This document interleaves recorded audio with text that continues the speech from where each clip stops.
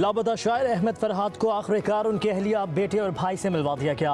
हुकूमत आज़ाद कश्मीर के एक नुमाइंदे की तरफ से रिलीज़ की जाने वाली तस्वीर के मुताबिक ये मुलाकात रात मुजफ्फराबाद में हुई। तस्वीर में अहमद फरहाद की सेहत अच्छी नज़र नहीं आ रही। इससे कबल वफाकी हुकूमत ने लापता शायर अहमद फरहाद की गिरफ्तारी अदालत में जाहिर की। अहमद फरहाद की बाजियाबी से मुतालिक केस की समाअत इस्लामाबाद हाई कोर्ट के जस्टिस मोहसिन अख्तर कियानी ने की। दौरान समाअत अटॉर्नी जनरल मंसूर उस्मान अवान ने इस्लामाबाद हाई कोर्ट को बताया कि अहमद फरहाद गिरफ्तार और आज़ाद कश्मीर पुलिस की तहवील में है। अटॉर्नी जनरल ने थाना धीर कोर्ट आज़ाद कश्मीर की रिपोर्ट भी अदालत में पेश कर दी।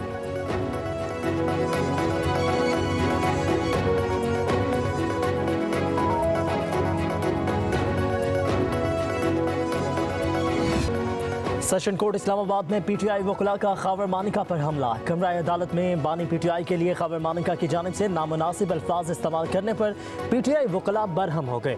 खबर मानिका कमरे से बाहर निकले, मुक्का लहराया तो पीटीआई वकला मुश्तइल हो गए, धक्का देकर गिरा दिया, लातों घूंसों की बारिश कर दी। दौरान समाअत भी पीटीआई वकला और खबर मानिका के दरमियान तल्ख जुमलों का तबादला हुआ। अदालत ने खबर मानिका को बानी पीटीआई के लिए गैर मुनासिब अल्फाज इस्तेमाल करने से रोक दिया।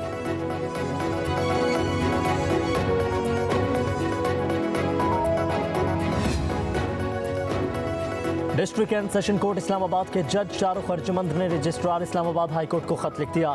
निकाह केस में सजा के खिलाफ अपीलें दूसरी अदालत को मुंतकिल करने का कह दिया। जज ने लिखा, खबर मानिका ने मुझ पर अदम एतमाद का इजहार किया है। अदम एतमाद की दरख्वास्त इससे कबल खारिज की जा चुकी है। दोबारा अदम एतमाद के इजहार के बाद अपीलों पर फैसला सुनाना दुरुस्त नहीं होगा। दरख्वास्त है कि अपीलें किसी और अदालत में ट्रांसफर कर दी जाए।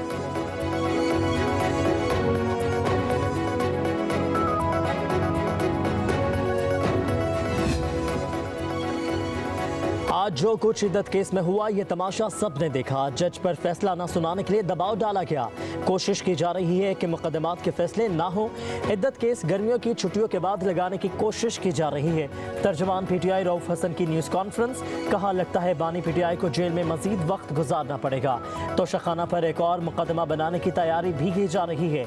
हम इंसाफ का कत्ल और रियासत को कमज़ोर होता देख रहे हैं। बोले, वज़ीर आज़म ने अदलिया के खिलाफ तकरीर की है। ये लोग आज भी जजिस को खरीदना चाहते हैं। आसिफ जरदारी ने दुबई में मलिक रियाज से मुलाकात की कोशिश की। हमूदुर रहमान कमीशन में फौज के खिलाफ कोई बात नहीं की गई।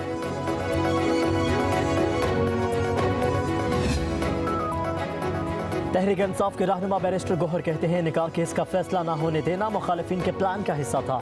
जज साहब पर केस ना सुनने के लिए प्रेशर डाला गया। ये इंसाफ का कत्ल है। शिबली फराज बोले, वही जज सुरखरू होंगे जो प्रेशर में इंसाफ के मुताबिक फैसले करेंगे। उमर अयूब ने कहा कि कमरा अदालत में खबर मानिका ने इश्तियाल अंगेज गुफ्तगू की। हमारा मिशन बानी पीटीआई और बुशरा बीबी की रिहाई है, इसीलिए चुप रहे।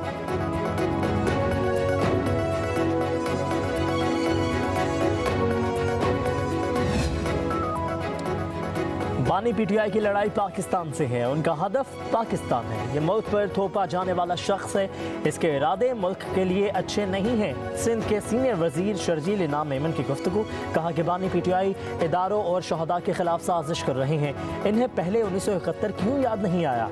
उन्होंने सवाल किया कि बानी पीटीआई का सोशल मीडिया कौन हैंडल कर रहा है। क्या इन्हें जेल में सोशल मीडिया के इस्तेमाल की इजाज़त है।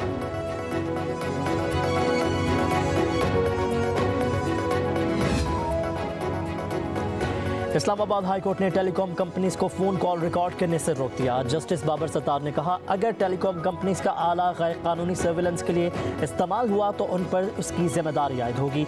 अदालत ने एडिशनल अटॉर्नी जनरल को वफाकी हुकूमत से हिदायत लेकर अदालती सवालों के जवाब जमा करवाने की हिदायत कर दी। वफाक से खुफिया तौर पर रिकॉर्ड की गई गुफ्तगू के आदाद शुमार का रिकॉर्ड भी तलब किया गया।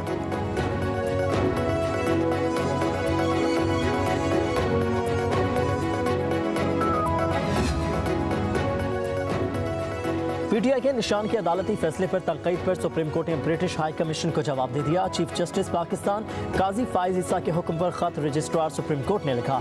कहा गया कि सुप्रीम कोर्ट ने गलतियों का अजाला किया है। ज़रूरत इस अमर की है कि बरतानिया भी गलतियों का अजाला करे।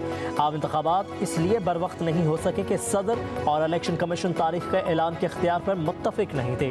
सुप्रीम कोर्ट ने मामला 12 दिनों में हल किया और 8 फरवरी को आम इंतखाबात हुए। इंट्रा पार्टी इंतखाबात सियासी जमातों में जमहूरियत के लिए ज़रूरी है। खत में कहा गया कि इंट्रा पार्टी इलेक्शन के हवाले से फैसले पर आपकी तनकीद बिला जवाब थी।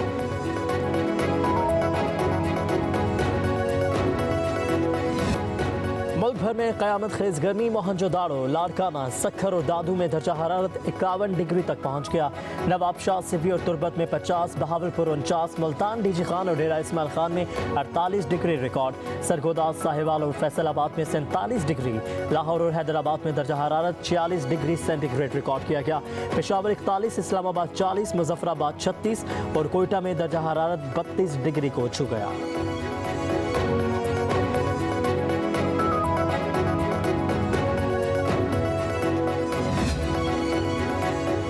कराची समेत सिंध के कई शहर हीट वेव की लपेट में। महकमा मौसमियात की आज से अगले 3 रोज तक गर्मी में इजाफे की पेशगोई।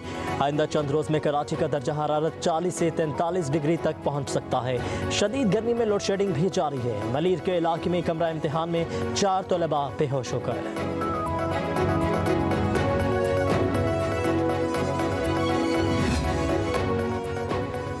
कराची से खैबर तक बिजली की लोड शेडिंग ने आवाम का जीना मुहाल कर दिया। जिला खैबर में लोड शेडिंग के 27 शहरियों ने लंडी कोतल ग्रिड स्टेशन पर धावा बोल दिया। मुश्तिल मुजाहिरीन ग्रिड स्टेशन के अंदर घुस गए और धरना दे दिया। मुजाहिरीन का कहना था कि इलाके में लोड शेडिंग 20 घंटे से बढ़ चुकी है। गिलगित बल्तिस्तान के इलाके चिल्लास में भी गैर एलानिया लोड शेडिंग के खिलाफ मुतादिद मुकामात पर एहतजाज।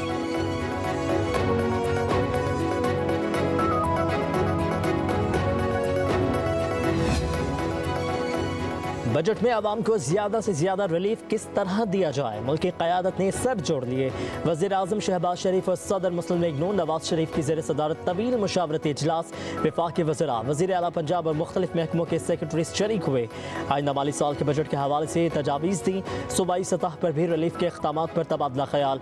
वज़ीर आला मरीम नवाज ने भी इनपुट पेश की। नवाज शरीफ ने अपने वसी तर सियासी और इंतज़ामी तजुर्बे की बुनियाद पर हिदायत जारी की।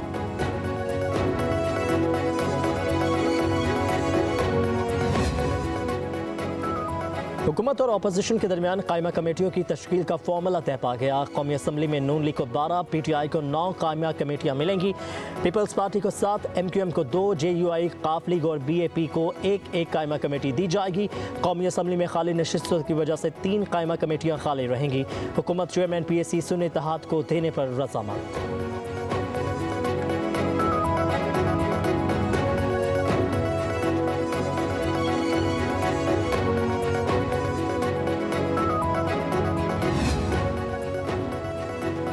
FBI ने आइंदा माली साल कस्टम ड्यूटी से 205 अरब इजाफे इकट्ठे करने का मंसूबा बना लिया। FBI ने कस्टम ड्यूटी से तकरीबन 1296 अरब रुपए वसूल करने का तखमीना लगाया है। लग्जरी और गैर ज़रूरी अशिया पर रेगुलेटरी ड्यूटी समेत तजारती टैक्स बढ़ाया जाएगा। तजारती टैक्सों पर इन्हिसार की पॉलिसी अगले माली साल में भी जारी रहेगी।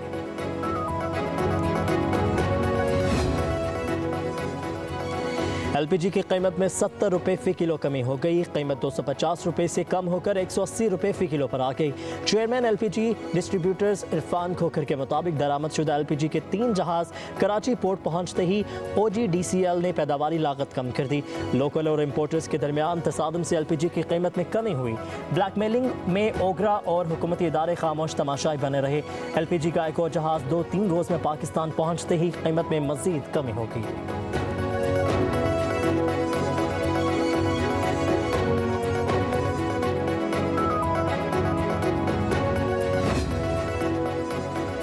यकम जून से पेट्रोलियम मसनूआत की कीमतों में कमी का इम्कान। पेट्रोल 5.5 रुपये फ़ी लीटर तक सस्ता करने की तजवीज़। हाई स्पीड डीजल की कीमतों में 4.5 रुपये फ़ी लीटर तक कमी का इम्कान। लाइट डीजल 5 रुपये और मिट्टी का तेल 2.25 रुपये सस्ता हो सकता है। पेट्रोलियम मसनूआत की कीमतों में रद्दबदल की हतमी मंजूरी वज़ीर आज़म देंगे।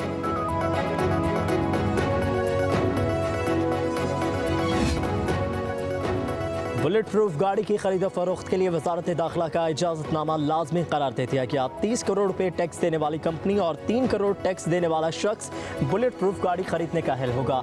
चीनी कंपनीज की गाड़ी को बुलेट प्रूफ का इजाज़तनामा 72 घंटे में जारी होगा। 30 करोड़ टैक्स देने वाले को 2 गाड़ियाँ, 50 करोड़ तक टैक्स देने वाले को 3 गाड़ियाँ लेने की इजाज़त होगी। 1 अरब से ज़्यादा टैक्स देने वाले को 6 गाड़ियाँ खरीदने की इजाज़त होगी। 6 माह टैक्स की अदायगी न होने पर बुलेट प्रूफ गाड़ी का इजाज़तनामा मनसूख होगा।